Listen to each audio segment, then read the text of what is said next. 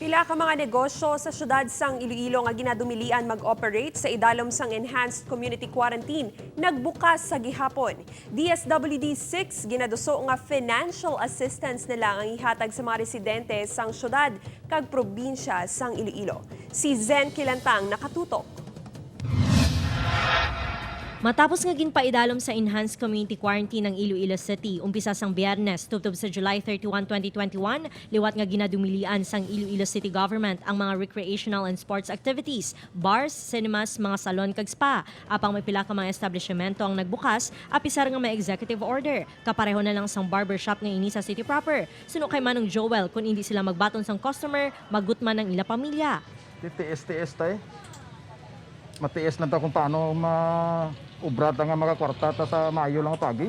Sa paglibot sa news team sa syudad, may iban nga non-essential establishments nga nagakawat-kawat sa pag-operate agod maka-income. Sa idalom sang ECQ, ginadumilian sa gihapon ang pag-inom sa makaulubog nga ilimnon sa pampublikong nga lugar. Alas 8 sang aga, tubtob alas 6 sang gabi lang tugutan ang baligyaanay kag baklanay sang alcoholic drinks. Mas ginpaaga ang curfew sa alas 9 sang gabi, tubtob alas 4 sang kaagahon. Take-out kag deliveries lang ang ginabaton sa mga kalan-an. Halos tanan nga mga residente ang nagalalain sa sitwasyon bangod sang kapigaduhon. Sa Department of Social Welfare and Development Region 6, nakahatag na sila sang una nga 1,000 food packs sa Iloilo City. Ginaduso nila subong nga sa Baylo Food Assistance ang ihatag sa pumuluyo, bulig pinansyal na lang. Pagabasehan sang ahensya ang listahan sa mga benepisyaryo sang Social Amelioration Program sang syudad kag probinsya sang Iloilo. Ang DSWD is augmenting, dugang lang kami. It's the LGU which is still the first responder.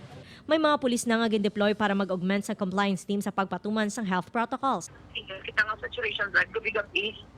So kung kisa ka upod na ang aton nga compliance team, kada sun kun adlaw mag-operate ang compliance team, nag-provide man kita sa PNP personnel nga mag-train sa ila.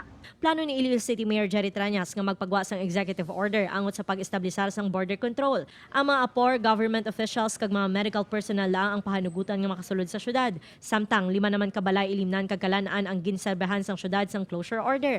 Nagsupak ang mga ini sa health protocols kaangay sang hindi pagsuksok sang face mask, wala nag-obserba sang physical distancing kag nagaserbe sa makaulubog nga ilimnon nga lampas sa natala nga oras sa pagbaligya. Upod kay Romel Porquia, Zen Kilantang, One Western Visayas.